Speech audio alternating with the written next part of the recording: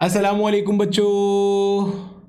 तो मेरे बच्चे एनईडी यूनिवर्सिटी के पास पेपर की सॉल्यूशन की सीरीज शुरू की जा रही है। आगे चल के आपका एनईडी यूनिवर्सिटी का राउंड 1 भी आने वाला है, जो कि एक्सपेक्टेड है 24 मई से स्टार्ट होगा, और उसके बाद राउंड 2 भी आएगा। तो जाहिर है ये जो पास पेपर्स हैं जो माजी में एनईडी यूनिवर्सिटी के जो इंट्रेंस टेस्ट के अंदर पूछे गए हैं, वो सारे के सारे आपको यहाँ पे मिल रहे होंगे। ठीक है। मैं ऑब्वियस सी बात है, मेरा बेटा चूंकि मेरा सब्जेक्ट फिजिक्स है तो मैं आपको फिजिक्स का पोर्शन सॉल्व करा रहा हूँ। ये जितने भी पास पेपर्स हैं इनके बारे में आपने ये जहन में रखना है, ये सारे के सारे हमारे पास कहाँ से आए हैं। ये मेरे बच्चे सारे के सारे रिक्रिएटेड पास पेपर्स हैं। ठीक है।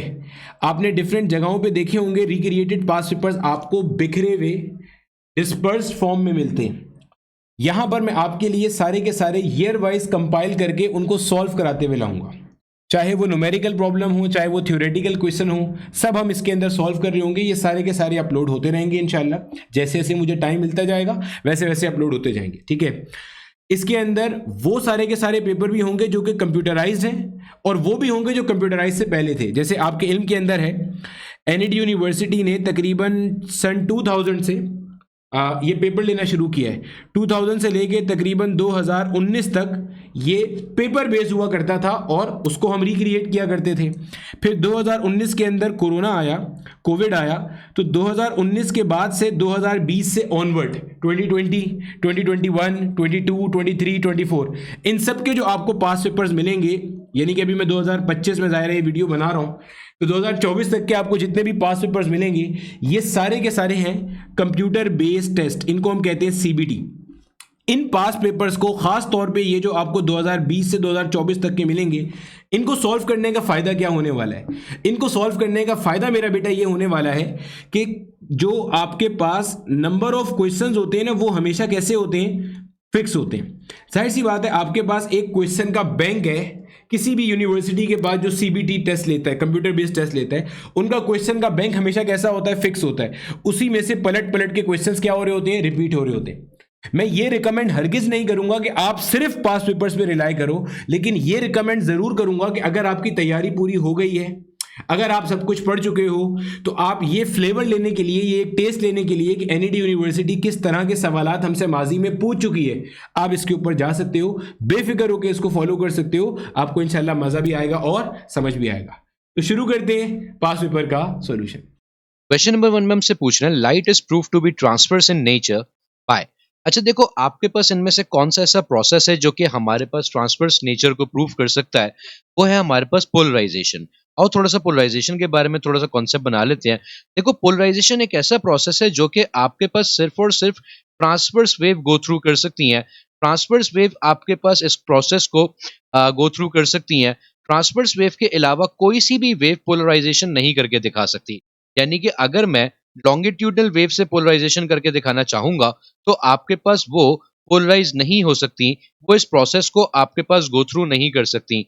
ठीक है, जिसकी वजह से हम ये भी कह सकते हैं कि अगर हमने ये चेक करना हो सिंपली कि आपके पास सिंपली ट्रांसवर्स वेव या लॉन्गिट्यूडनल वेव या कोई भी वेव मेरे पास, I have to check the nature of the wave, तो मैं उसके लिए पोलराइजेशन का प्रोसेस यूज करता हूं। अगर उस वेव ने पोलराइजेशन करके दिखा दी तो वो ट्रांसवर्स होगी, नहीं करके दिखा पाई तो आपके पास वो कहलाएगी longitudinal wave. Moving on, question 2 में कह रहे हैं the distance between two adjacent anti nodes is. दो एंटी नोड्स के दरमियान जो डिस्टेंस होता है वो हम कैसे निकाल सकते हैं? सुनो, देखो एंटी नोड्स हमारे पास किसमें बनते हैं? हमारे पास बनते हैं स्टैंडिंग वेव के अंदर। फॉर एग्जांपल मैं आपके सामने एक स्टैंडिंग वेव बनाता हूं जो कि दो लूप्स की है। ठीक है, अब यहाँ पे आपके पास इन दोनों लूप्स की जो साइज होता है वो एक्जेक्टली सेम होता है। यहाँ पे डायग्राम के ऊपर मत जाना, थोड़ा सा छोटी बड़ी बन गई। एनीवेज, तो आपके पास अगर मैं बात करूं इन पॉइंट्स की जो कि मिनिमम डिस्प्लेसमेंट पॉइंट्स होते हैं, ये कहलाते हैं हमारे पास नोड्स। ठीक है, और जो मैक्सिमम डिस्प्लेसमेंट पॉइंट्स होते हैं हमारे पास, ये कहलाते हैं एंटी नोड्स। तो आपके पास नोड, एंटी नोड क्या है? मिनिमम और मैक्सिमम डिस्प्लेसमेंट पॉइंट्स। यहाँ पे अगर मैं देखूं तो आपके पास एक कंप्लीट वेव होती है क्रस्ट और ट्रफ से मिलकर बनती। तो आपके पास एक कंप्लीट वेव का जो फासला होता है, इसे हम लोग कहते हैं सिंपली आपके पास वेवलेंथ या फिर लैम्डा। तो अगर इसका आधा ले लोगे, आधा मतलब नोड टू नोड, तो ये कितना हो जाएगा? लैम्डा का हाफ। तो जितना नोड टू नोड डिस्टेंस है, ऑब्वियस सी बात है सेम पॉइंट्स होने की वजह से anti node to anti node भी सेम डिस्टेंस जाएगा, that will be lambda by 2। तो आपका क्वेश्चन का आंसर क्या बन जाएगा? The distance between two adjacent anti nodes is option B, lambda by 2। Moving on, question number 3 में कह रहे हैं आपके पास speed of a wave speed बता दी हम लोगों को कितनी आ गई 1200 मीटर पर second and it produces 400 cycles पर सेकेंड। एक सेकंड में कितनी साइकिल्स प्रोड्यूस होती हैं बेटा, इसे हम लोग कहते हैं फ्रीक्वेंसी। तो आपके पास ये कितनी साइकिल्स प्रोड्यूस कर रही है, 400 साइकिल्स पर सेकंड प्रोड्यूस कर रही है, जिसको हम लोग 400 हर्ट्ज भी लिख सकते हैं। ठीक है, आगे पूछ रहे बताओ वेवलेंथ क्या होगी। तो बेटा वेवलेंथ जो है वो रेशो होता है स्पीड और फ्रीक्वेंसी का। स्पीड हमारे पास होती है 1200 टीवी और फ्रीक्वेंसी हमें दी हुई है 400। दो अंडों से दो अंडे कट गए, 4 1 4 एंड 4 3 12। तो लेमडा का आंसर हमारे पास ले दे के आ गया 3 meters, which will make option B the correct option for this question. Moving on, question 4. Question 4 में पूछ रहे हैं which of the following processes supported the corpuscular theory of light। देखो corpuscular theory of light जो ये हमारे पास Newton ने हमें दी थी और इसके अकॉर्डिंग न्यूटन के अकॉर्डिंग हमारे पास ये जो corpuscles होते हैं इसने नाम रखा था कि भाई लाइट ट्रेवल करती है पार्टिकल्स की फॉर्म में और उन पार्टिकल का नाम रख दिया था न्यूटन ने हमारे पास corpuscle। तो आपके पास अब और ऐसी कौन सी थ्योरी है जो कि इसको सपोर्ट करती है, यानी कि उसके अंदर भी पार्टिकल होने का जिक्र हो लाइट का आपके पास, तो वो थ्योरी है बेटा फोटो इलेक्ट्रिक इफेक्ट। आओ जरा सा फोटो इलेक्ट्रिक इफेक्ट को समझ लेते हैं कि इसमें क्या होता है। फोटो इलेक्ट्रिक इफेक्ट हमारे पास आइंस्टाइन ने दिया था और आइंस्टाइन ने आपके पास इसमें हम लोगों को क्या करके दिखाया था, उसने लाइट को इमिट किया, लाइट को इंसिडेंट किया था मेटल सरफेस के ऊपर, जिसकी वजह से लाइट की वजह से इंसिडेंट होने की वजह से मेटल सरफेस पे मौजूद जो फ्री इलेक्ट्रॉन्स थे उसके सरफेस पे वो इजेक्ट आउट हो गए थे। जिसका मतलब यहाँ पे लाइट ने कुछ इस तरह का काम किया कि लाइट आई, इन इलेक्ट्रॉन से टकराई और उनको बाहर निकाल दिया आपके पास। तो इस प्रोसेस के अंदर टकराने का जो कॉन्सेप्ट हमारे पास निकला, इससे हम लोग ये कहते हैं कि लाइट ने यहाँ पे किसकी तरह बिहेव किया, एक पार्टिकल की तरह बिहेव किया। तो पार्टिकल की तरह बिहेव करने का मतलब कि लाइट ने कॉर्पस्क्यूल की तरह बिहेव किया, जो कि न्यूटन ने कभी आपके पास सजेस्ट किया था। तो इस वजह से कॉर्पस्क्यूलर थ्योरी को आपके पास फोटो इलेक्ट्रिक इफेक्ट जो है थोड़ा बहुत सपोर्ट करता है। हालांकि दोनों में काफी सारे डिफरेंसेस हैं उनके एक्सप्लेनेशंस के अंदर। आइंस्टाइन ने किसी और तरीके से एक्सप्लेन किया है, न्यूटन ने हमारे पास सिर्फ और सिर्फ एक लीनियर मोशन को यूज करते हुए एक्सप्लेन किया था कि लाइट जो है लीनियर मोशन में ट्रेवल करती है, स्ट्रेट लाइन में ट्रेवल करती है। तो आपके पास दोनों में डिफरेंसेस बहुत हैं, लेकिन दोनों का जो बेसिक कॉन्सेप्ट है वो क्या है कि लाइट एक पार्टिकल है। ठीक है, इस बिहाफ पे हम लोगों ने क्या कहा कि आइंस्टाइन की फोटो इलेक्ट्रिक थ्योरी आपके पास क्या करती है, या फोटो इलेक्ट्रिक इफेक्ट न्यूटन की कॉर्पस्क्यूलर थ्योरी को सपोर्ट करता है। मूविंग ऑन, क्वेश्चन नंबर 5 कह रहा है a ball is thrown upwards 98 metre per second. एक बॉल को मैं जमीन से ऊपर की तरफ फेंक रहा हूं और कितनी स्पीड से फेंक रहा हूं, उसको मैंने फेंका, आपके पास उसकी इनिशियल स्पीड थी 98 मीटर पर सेकंड। भाई जितनी भी स्पीड से फेंक दो, कहीं ना कहीं जाके तो वो रुकेगी और वो नीचे आएगी। जहां पे वो जाके रुकेगी तो हम बोलेंगे अपवर्ड मोशन की स्पीड कितनी हो जाएगी, 0 मीटर पर सेकंड फाइनल। अब चूंकि इस बॉडी की स्पीड कम हो रही है ऊपर बढ़ते बढ़ते, इसको डिसलेट कौन कर रहा है, इसको डिसलेट कर रही है ग्रेविटी, जिसकी वजह से मैं बोलूंगा कि एक्सेलरेशन किसके बराबर हो जाएगी, माइनस जी के, आपके पास माइनस ऑफ 9.8 के। अब सवाल क्या पूछ रहे हैं, how high will it go, कितना डिस्टेंस ट्रेवल करेगी मेरी बॉल यहाँ पे। तो आओ जरा सोचें कि फॉर्मूला कौन सा लगेगा। हमें एस पूछा गया है, ठीक है, वी आई पता है, वी एफ पता है, ए पता है, A S V F V I, इन सब से मिलकर बनती है थर्ड इक्वेशन ऑफ मोशन, जो कि होती है 2as is equal to V F square minus V I square. अगर मुझे यहाँ से s की वैल्यू चाहिए तो मुझे V F square minus V I square से डिवाइड करना पड़ जाएगा 2a को। आओ वैल्यूज पुट करते हैं, 0 square minus 98 square divided by 2 multiply by minus का 9.8। जब ये सारी वैल्यूज आप कैलकुलेट कर लोगे तो हमारे पास जो आंसर आएगा बेटा, वो आंसर आ जाएगा 490 metres, which will make option A the correct option for this question. Moving on, question number 6 में कह रहे हैं Hooke's law is valid only. Hooke's law हमें क्या बताता है, देखो हुक लॉ की जो स्टेटमेंट है बेटा, वो ये है कि आपके पास the stress applied on any elastic object, किसी भी इलास्टिक ऑब्जेक्ट पे जब हम स्ट्रेस लगाते हैं, अच्छा पहली बात स्ट्रेस कहते हैं किसे हैं, स्ट्रेस हमारे पास deforming force per unit area होती है, जो कि किसी भी ऑब्जेक्ट की शेप को जरा सा चेंज कर दे। एक ऐसी फोर्स जिससे कोई चीज खिंच जाए या कोई चीज दब जाए, उसे हम लोग कहते हैं आपके पास स्ट्रेस अप्लाई कर दिया हम लोगों ने। तो स्ट्रेस एक्चुअली क्या है, deforming force per unit area.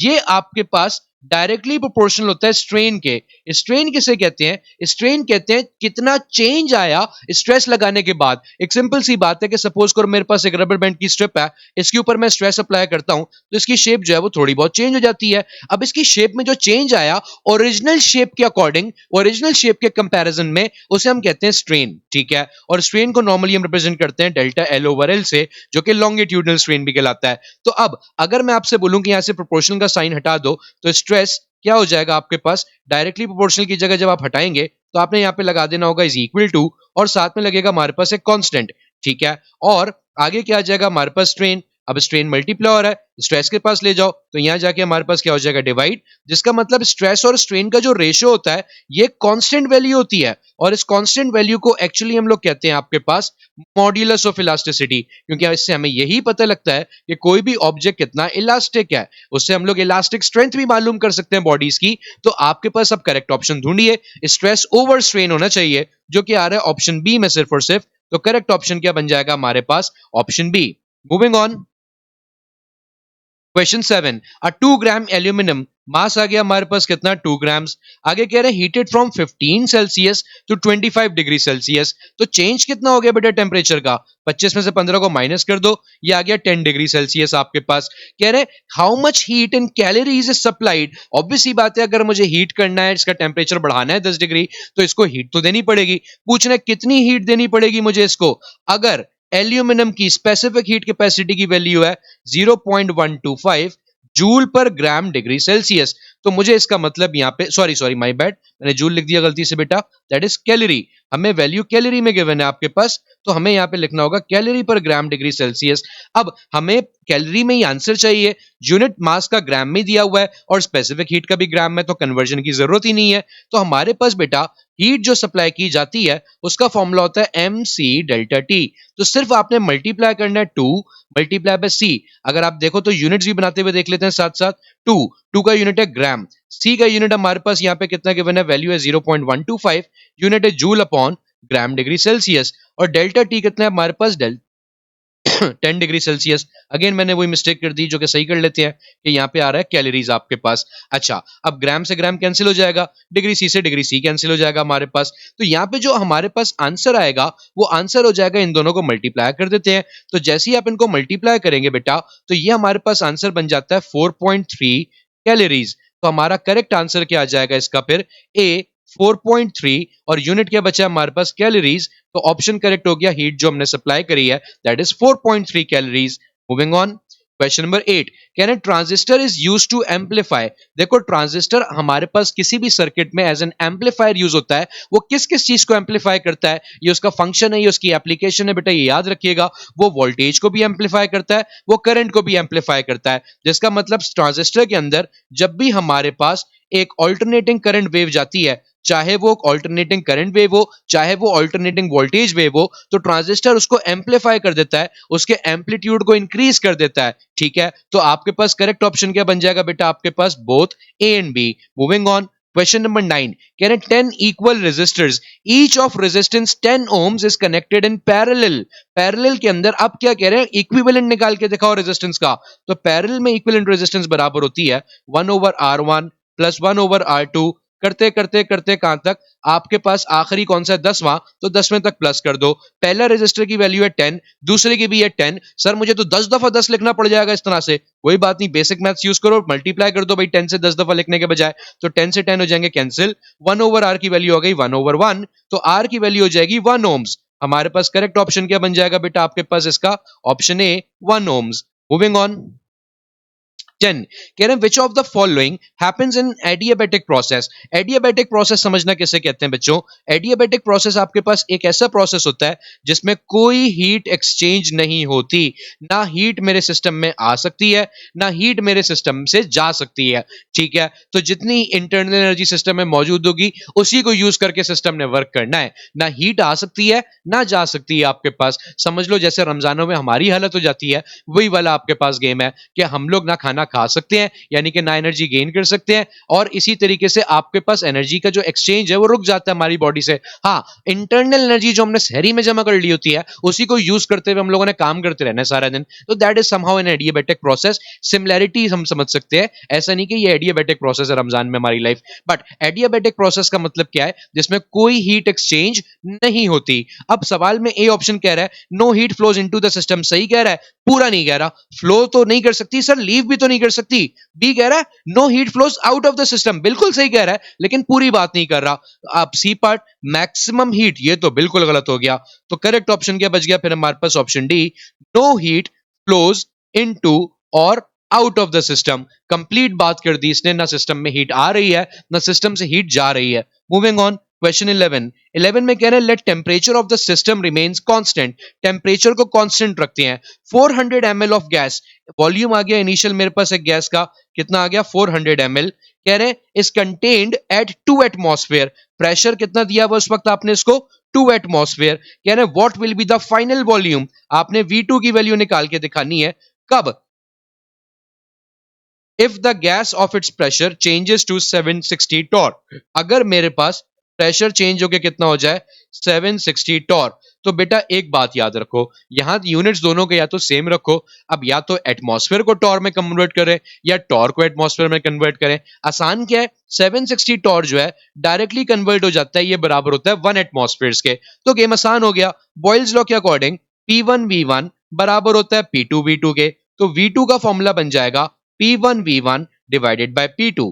अब P1V1 आपके पास बन जाएगा 2 एटमॉस्फेयर, वॉल्यूम है 400 डिवाइडेड बाय P2 आपके पास है 1, दोनों को मल्टीप्लाई कर दो, आंसर आ जाएगा 800 ml। तो हमारे पास करेक्ट ऑप्शन क्या बन जाएगा, option B 800 ml। Moving on, question number 12 कह रहे हैं centripetal force acting on a body is given as, centripetal force का जो फॉर्मूला हम लोग बचपन से याद करते हुए चल रहे हैं वो आपके पास होता है mv²/r। अब इसमें v की जगह पे, इस लीनियर वेलोसिटी की जगह पे इसकी एंगुलर वेलोसिटी वाला रिलेशनशिप पुट कर देते हैं, तो ये बन जाएगा हमारे पास m r² ओमेगा स्क्वायर, दोनों पे स्क्वायर लग गया, ओवर आर, एक आर से एक आर कैंसिल, ये बच जाएगा एम आर ओमेगा स्क्वायर। तो सेंट्रीपिटल फोर्स का formula in terms of angular speed हमारे पास क्या दिया जाता है, M R omega square, which will make option A our correct option.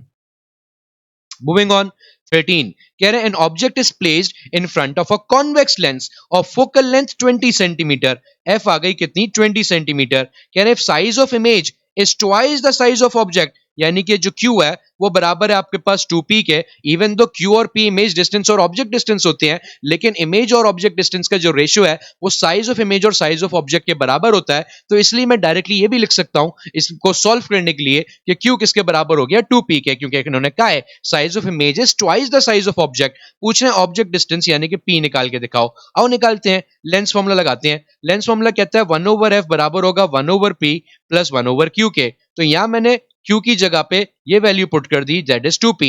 अब ये 2p और p का एलसीएम आ जाएगा 2p, ये बन जाएंगे 2 + 1, ये बन जाएगा 3/2p। तो आपके पास 1/f की वैल्यू आ जाएगी 3/2p। अब मुझे यहां से किसको अकेला करना है, p को, तो फॉर्मूला बन जाएगा 3f/2। और वैल्यूज पुट करें, फोकल लेंथ हमें दी हुई थी 20 डिवाइडेड बाय 2, 2 1 2, 2 10 10, 10 3 हमारे पास हो जाएंगे 30। तो p यानी कि ऑब्जेक्ट डिस्टेंस की वैल्यू कितनी आ गई 30 सेंटीमीटर। ठीक है बेटा, तो आपके पास अब करेक्ट ऑप्शन ढूंढ लीजिए, इसका करेक्ट ऑप्शन हो जाता है option B 30 centimetre. Moving on, question 14 कह रहे हैं क्वेश्चन 14 में आपके पास if a is equal to 2i plus 2j plus 4k and b is equal to 3i minus aj plus k are perpendicular to each other, तो a की value find करो। देखो जब भी इस तरह से कोई मिसिंग कोफिशिएंट आ जाए ना बेटा, तो आंखें बंद करके डॉट प्रोडक्ट यूज करो। क्यों? क्योंकि डॉट प्रोडक्ट जीरो होता है किसके लिए, हमारे पास परपेंडिकुलर वेक्टर्स के लिए। तो आपने यहां पे इसकी प्रॉपर्टी यूज करी और इसको यूज करते हुए हम लोग सॉल्व करेंगे कैसे, a डॉट बी। आओ a की वैल्यू लिखें, a है 2i plus 2j plus 4k dot b, b है हमारे पास 3i minus aj plus k, और ये बराबर है दोनों का डॉट जीरो के। i कोफिशिएंट को i से मल्टीप्लाई कर देते हैं 6, j को j से और k कोफिशिएंट को k से, तो आंसर बन गया हमारे पास ये सब कुछ जीरो के। 6 + 4 10 होते हैं, दूसरी तरफ जाके बन जाएंगे -10, माइनस से माइनस कटा, 2 1 2 एंड 2 5 10, तो a की वैल्यू हमारे पास कितनी आ गई बेटा, सिंपली 5। तो आपके पास करेक्ट ऑप्शन क्या बन गया इसका, हमारे पास फिर B option 5। Moving on, question number आपके पास 15 में कह रहे हैं the time period of simple pendulum depends upon, time period of pendulum का फॉर्मूला बच्चे बच्चे को मैट्रिक क्लास से रट ही जाता है यूज कर करके, बार बार नहीं रटा अभी कर लो याद बेटे। ये होता है t is equal to 2π √L/g। किसी भी फॉर्मूले की डिपेंडेंस चेक करनी है तो देखो उसमें क्या क्या फैक्टर्स आ रहे हैं। तो टाइम पीरियड किस पे डिपेंड कर रहा है, लेंथ पे, और किस पे डिपेंड कर रहा है, जी पे। देख लो अब इसमें से कौन कौन से ऑप्शंस है, एम्पलीट्यूड पे कर रहा है सर आ ही नहीं रहा, इंटेंसिटी पे कर रहा है सर आ ही नहीं रहा, C length, yes sir length के साथ डायरेक्टली प्रोपोर्शनल है, और लेंथ के साथ नहीं एक्चुअली लेंथ के स्क्वायर रूट के साथ डायरेक्टली प्रोपोर्शनल है आपके पास, और मास सर आ नहीं रहा, तो करेक्ट ऑप्शन बन जाएगा ऑप्शन सी लेंथ।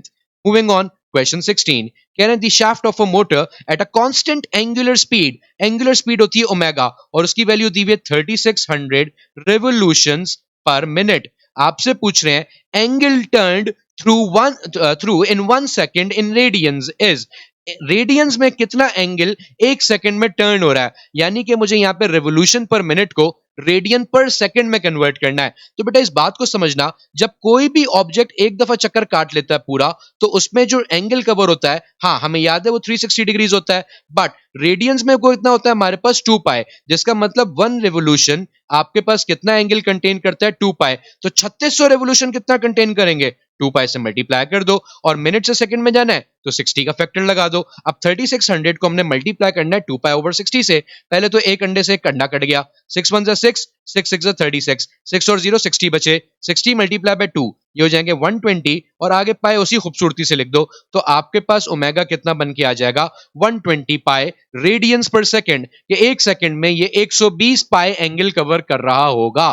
ठीक है, which will make option D are correct option. Moving on, question 17 कह रहे हैं audible sound waves do not cast shadows because, होता क्या है कि हमारे पास साउंड वेव्स, फॉर एग्जांपल अगर किसी ऑब्जेक्ट के ऊपर जाके हमारे पास इंसिडेंट होती हैं, उस ऑब्जेक्ट को मान लो वो ऑब्जेक्ट ऑब्स्टिकल के तौर पे रखा हुआ है साउंड वेव्स के सामने, तो होता क्या है, चूंकि साउंड वेव की जो वेवलेंथ है वो बहुत ही बड़ी होती है, ऑडिबल साउंड वेव्स की जो वेवलेंथ है वो रेंज करती है 1.17 सेंटीमीटर से तकरीबन 17 मीटर्स तक आपके पास। तो आपके पास यहां पे चूंकि इतनी रेंज होती है हमारे पास ऑडिबल वेवलेंथ की, सॉरी ऑडिबल साउंड की, और अगर ऑडिबल साउंड की फ्रीक्वेंसी आपको याद है तो उससे भी हम ये चीज निकाल सकते हैं, ऑडिबल साउंड की फ्रीक्वेंसी होती है 20 हर्ट्ज से लेके 20,000 हर्ट्ज तक हमारे पास। ठीक है, तो आपके पास इस तरीके से हमें पता लगता है कि साउंड की वेवलेंथ अच्छी खासी बड़ी है बेटा। अगर साउंड की वेवलेंथ हमारे पास अच्छी खासी बड़ी है तो हम लोग ये बात समझ सकते हैं कि ये वेवलेंथ आपके पास जब किसी ऑब्स्टिकल से टकराएगी तो रिफ्लेक्ट होने के बजाय बेंड हो जाएगी हमारे पास किसी भी ऑब्स्टिकल के अराउंड, चूंकि ऑब्स्टिकल या गैप साइज बहुत बड़े होंगे हमारे पास, अगर नॉर्मल हमारी बॉडी के साइज के भी हैं तो आपके पास वो साउंड की वेवलेंथ के तकरीबन कंपैरेबल हो गए। तो यहां से टकराने के बाद साउंड वेव डायफ्रैक्ट कर जाती हैं, डायफ्रैक्ट करने का मतलब बेंड हो जाती हैं, और बेंड होंगी तो इसका मतलब वो फैलती हैं टकराने के बाद, और वो जब फैलती हैं तो हम क्या बोलते हैं कि साउंड वेव्स इस तरह से फैल रही हैं, आगे बढ़ रही हैं। तो this is also another way of propagation of sound through diffraction. और ये क्यों हो रहा है, क्योंकि साउंड वेव्स की वेवलेंथ अच्छी खासी बड़ी होती है लाइट के मुकाबले में, तभी लाइट शैडो बनाती है। लाइट की जो वेवलेंथ है वो नॉर्मली जो विजिबल लाइट है हमारी वो तो सर 10⁻⁻7 मीटर्स होती है, तभी तो वो आपके पास इजीली डायफ्रैक्ट नहीं होती तमाम जगहों से, उसके लिए हमें ग्रेटिंग बनानी पड़ जाती है। तो यहां पे करेक्ट ऑप्शन क्या बनेगा बेटा, यह बन जाएगा साउंड क्यों नहीं शैडो बना रहा, क्योंकि साउंड डायफ्रैक्ट कर रहा है, और क्यों कर रहा है, क्योंकि उसकी वेवलेंथ काफी बड़ी है। कह रहे हैं 0 kelvin is equal to, 0 kelvin इन सब में से किसके बराबर है। आओ चेक करते हैं भाई। केल्विन से सेल्सियस में जाने का जो तरीका होता है बेटा, उसका तरीका सिंपली क्या है कि केल्विन वाली वैल्यू में से 273 माइनस कर दें। केल्विन दिया 0, ठीक है, 273 माइनस कर दोगे तो सेल्सियस में आ जाएगा -273 degree Celsius. Choose the option, option B will become are correct option. Moving on, question 19 में कह रहे हैं the characteristic of sound by which a sound of exactly the same pitch and loudness coming from another source is called dash of sound. एक ऐसी property जिससे हम लोग sound के अंदर डिस्टिंग्विश कर सकते हैं। कैसे साउंड्स के अंदर, ऐसे दो साउंड्स जिनकी पिच भी सेम, जिनकी लाउडनेस भी सेम। देखो नॉर्मली अगर मैं तुम्हें एक छोटी सी बात समझाऊं तो मेरे घर वाले कहते हैं कि मेरी और मेरे भाई की आवाज बहुत मिलती जुलती है, और ऐसा अक्सर होता भी है कि अगर वो मेरी फोन कॉल उठा रहे हैं तो लोग नहीं पहचान पा रहे होते, कुछ लोग पहचान भी जाते हैं आपके पास। होता क्या है कि भाई हम दोनों की लाउडनेस तकरीबन तकरीबन एक जैसी है, एक जैसी भारी आवाज है, एक जैसी भारी आवाज है तो ग्रेवनेस भी सेम हो गई, जिसका मतलब पिच भी सेम हो गई तकरीबन साउंड की। तो उसके बावजूद भी मेरी अम्मा के सामने हम दोनों को खड़ा ना भी करो, सिर्फ हमारी आवाज सुना दो, बता देंगे कि भाई ये हंजला की, फॉर एग्जाम्पल ये एक ही, ये पहले बेटे की आवाज है, दूसरे बेटे की आवाज है। तो आपके पास अब इसमें क्या होता है, इसमें इसका मतलब ये है कि हमारी पिच भी सेम हो सकती है, लाउडनेस भी सेम हो सकती है, but still there is a factor which differentiates the sound and that property is known as quality of sound. तो करेक्ट ऑप्शन क्या बन जाता है, ए क्वालिटी। और क्वालिटी का दूसरा नाम हमारे पास होता है बेटा टिम्बर। तो क्वालिटी लिखा हुआ है या टिम्बर लिखा हुआ है, they both means the same thing. ठीक है, 20 कह रहे हैं gamma rays have, gamma rays क्या होती है भाई, गैमा रेज होती हैं हमारे पास इलेक्ट्रोमैग्नेटिक वेव्स, इलेक्ट्रोमैग्नेटिक वेव्स होती हैं। अगर ये इलेक्ट्रोमैग्नेटिक वेव्स हैं तो ऑब्वियस ही बात है पार्टिकल जैसा कोई भी बिहेवियर नहीं रखेंगी। अगर पार्टिकल जैसा बिहेवियर नहीं रखेंगी तो ना ही इनके पास कोई मास होगा, ना ही इनके पास कोई चार्ज होगा, क्योंकि चार्ज तो पार्टिकल के इलेक्ट्रॉन की ट्रांसफरेंस की वजह से आता है, और मास तो मैटर की कितनी वैल्यू मौजूद है किसी ऑब्जेक्ट में उसकी वजह से आता है। तो आपके पास इसमें ना ही मास होगा ना ही चार्ज होगा, तो करेक्ट ऑप्शन बन जाएगा ऑप्शन ए। Moving on 21। 21 में आपसे कह रहे हैं which of the torques given below is required to change the angular momentum of a flywheel from 15 joule second to 150 joule seconds in 5 seconds. देखो बेटा, torque का जो फॉर्मूला होता है रिलेटेड टू एंगुलर मोमेंटम, वो होता है rate of change of angular momentum, यानी कि delta L over delta T. अब आओ जरा मोमेंटम का चेंज निकालें। पहले था 15, बाद में हो गया 150, तो चेंज कैसे निकालते हैं? Final minus initial divide by time. Time दिया हुआ 5 सेकेंड्स, और डिवाइड कर लेते हैं। ये हो जाएगा 135 डिवाइडेड बाय 5, जिसको जब आप डिवाइड करते हो तो आंसर आता है 27, और यूनिट होता है टॉर्क का न्यूटन मीटर, जिसकी वजह से हमारा करेक्ट ऑप्शन क्या बन जाएगा बेटा? Option D, 27 newton metre. Moving on 22। 22 में कह रहे हैं when beta rays emitted from the nucleus, its nucleus में से जब बीटा रे निकलती हैं, यानी कि जब न्यूक्लियस क्या परफॉर्म करता है? बीटा डिके परफॉर्म करता है। तो दो तरह के बीटा डिके हो सकते हैं बेटा। एक कहलाता है हमारे पास बीटा नेगेटिव डिके, जिसमें इलेक्ट्रॉन्स निकलते हैं एक्चुअली। एक कहलाता है बीटा पॉजिटिव डिके, जिसमें पॉजिट्रॉन निकल के चले जाते हैं हमारे पास एटम में से। अब आपके पास इस चीज को समझने के लिए हम सिंपली क्या कहते हैं कि अगर फॉर एग्जाम्पल मेरे पास कोई न्यूक्लियाइड है या कोई न्यूक्लियस है और वो बीटा नेगेटिव डिके कर रहा है, तो उसका जो एटॉमिक मास है उस पर तो कोई फर्क नहीं पड़ता, जबकि उसका जो चार्ज नंबर है वो +1 हो जाता है। और इसी तरीके से अगर पॉजिट्रॉन निकल लो, ठीक है, ये भी याद रखना बेटा, अगर आपके पास इसी तरीके से पॉजिट्रॉन निकल लो तो आपके पास वही न्यूक्लियस अगर पॉजिट्रॉन डिके कर रहा है या बीटा पॉजिटिव डिके कर रहा है, तो उसका जो मास नंबर है वो तो हमारे पास सेम रहेगा, मास नंबर हमारे पास वही रहेगा, लेकिन जो चार्ज नंबर है वो आपके पास एक कम हो जाता है। तो यहां पे हमारे पास अब चूंकि स्पेसिफाइड नहीं है, कह रहे हैं बीटा रेज निकलनी है, कौन सी भाई? पॉजिटिव के नेगेटिव? बताते तो मैं ज्यादा अच्छे से बता पाता। अब पॉजिटिव निकल ली होंगी तो एटॉमिक नंबर क्या हो जाएगा? Increase by 1। नेगेटिव निकल ली होंगी, सॉरी उल्टा बोल दिया, नेगेटिव निकल ली होती तो सी ऑप्शन हो जाता, और पॉजिटिव निकल ली होती तो बी ऑप्शन हो जाता। तो हमारे पास इस वक्त हमारा बेस्ट ऑप्शन क्या बन जाएगा? बोथ बी एंड सी। पांच नंबर पे कोई फर्क नहीं पड़ता, तो ये बात याद रखिएगा। 23 कह रहे Faraday's law of electromagnetic induction relates EMF to. Faraday law का थोड़ा सोचते हैं कि उसने बोला क्या था। फेरेडे ने कहा था कि whenever magnetic flux linked with a conductor is changed, EMF is induced in it, and the induced EMF is directly proportional to the rate of change of magnetic flux. जितना मैग्नेटिक फ्लक्स चेंज होगा उतना हमारे पास EMF induce होगी। तो अब आपके पास, आप ढूंढ लीजिए इसकी स्टेटमेंट के अकॉर्डिंग हमारा ऑप्शन क्या बनेगा? टोटल मैग्नेटिक फ्लक्स नहीं sir, change in magnetic flux. तो करेक्ट ऑप्शन हो जाएगा option B, change of magnetic flux. ठीक है बेटा, ओके। एक चीज थोड़ा सा इसको तरीके से देखते हैं। मुझसे भी एक छोटी चीज रह गई, देखना आप लोग भी देखिए साथ में। ऑप्शन सी हमने पढ़ा ही नहीं, और ये गलती हमसे हो जाती है बेटा अक्सर। आपको एक ऑप्शन सी लगता है, हम डायरेक्ट करके आगे बढ़ भी जाते हैं। यहां अगर हम गौर से देखें तो आपके पास सिर्फ चेंज ऑफ मैग्नेटिक फ्लक्स पे डिपेंड नहीं कर रहा, टाइम पे भी तो डिपेंड कर रहा है, क्योंकि हमने क्या बोला था? Rate of change of magnetic flux पे डिपेंड करता है, और रेट में चेंज ऑफ फ्लक्स भी आ गया, विथ रिस्पेक्ट टू टाइम भी आ गया। तो करेक्ट ऑप्शन बन जाएगा हमारे पास फिर बोथ बी एंड सी, कि कितनी देर में फ्लक्स चेंज हो रहा है उसका आपके पास फंक्शन होता है डायरेक्टली ईएमएफ कितनी इंड्यूस हो रही है उससे। ठीक है, moving on 24। Wilson cloud chamber के अंदर हम क्या डिटेक्ट करते हैं? किसका पाथ डिटेक्ट करते हैं? तमाम रेडियो एक्टिव रेस का पाथ डिटेक्ट करते हैं, जिनमें अल्फा पार्टिकल्स भी आ जाएंगे, बीटा पार्टिकल्स भी आ जाएंगे, और गैमा रेज भी आ जाती हैं। तो विल्सन क्लाउड चैम्बर के अंदर बेटा तमाम रेडियो एक्टिव पार्टिकल्स या रेडियो एक्टिव रेस का आपके पास जो पाथ है वो डिटेक्ट किया जाता है कि वो किस पाथ को फॉलो करती हुई एक पॉइंट से दूसरे पॉइंट तक जा रही हैं। ठीक है, और वो पाथ विजिबल बनाते हैं हम लोग विल्सन क्लाउड चैम्बर के अंदर। तो इसका ऑप्शन हो जाएगा ऑल ऑफ दीज। 25 कह रहे हैं which of the following is not the unit of energy. Sir joule तो होता है, तो नॉट पूछा तो ये ऑप्शन गलत हो जाएगा। क्या वॉट सेकंड होता है? आओ चेक करते हैं। देखो, वॉट यूनिट होता है पावर का, सेकंड होता है टाइम का। अरे सर ये भी सही है, पावर मल्टीप्लाई बाय टाइम भी तो एनर्जी का फॉर्मूला है, क्योंकि पावर होती है एनर्जी ओवर टाइम। बिल्कुल ठीक है, ये भी यूनिट है, तो नॉट तो नहीं हुआ। Kilowatt upon hour, sir kilowatt hour सुना था, क्योंकि किलोवाट पावर का यूनिट हो सकता है, टाइम का आर हो सकता है। किलोवाट और आर अगर मल्टीप्लाई होते तो एनर्जी का यूनिट होता, डिवाइड कर दिया तो ऑटोमेटिकली ये आंसर हमारे पास बन गया कि ये गलत है। BTU भी बेटा आपके पास एनर्जी का यूनिट होता है जिसकी फुल फॉर्म होती है ब्रिटिश थर्मल यूनिट, जो कि आपके पास एक बड़ा यूनिट होता है एनर्जी का जूल्स के मुकाबले में। ठीक है जी।